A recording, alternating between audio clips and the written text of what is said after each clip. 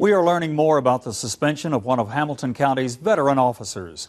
Yesterday, we told you about Lieutenant Hamrick's suspension with pay. Today, we are learning where the complaint came from that launched an investigation.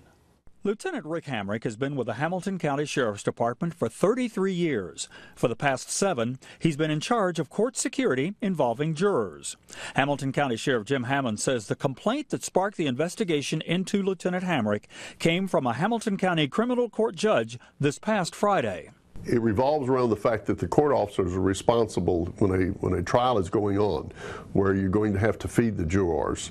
Sheriff Hammond says that duty falls under Lieutenant Hamrick's responsibilities. He says often judges will either allow jurors to be taken out to lunch, or the judges will order lunch to be brought back to the courthouse for them.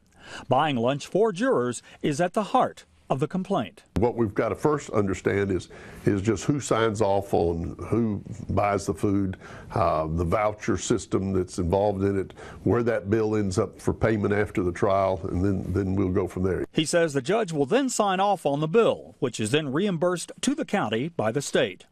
The sheriff says he has not talked with Lieutenant Hamrick since the internal affairs inquiry has just begun. And sometimes they will ramp up to a full investigation. Sometimes we'll ask the TBI to look in on them. In this particular case, in talking with the district attorney, we felt like we needed to let our internal affairs take a look first. Sheriff Hammond says the inquiry should be complete in a few days, and at that time, if action is warranted, his department would handle it. We'll let you know what happens. If something more serious is found, the findings will be turned over to the district attorney's office.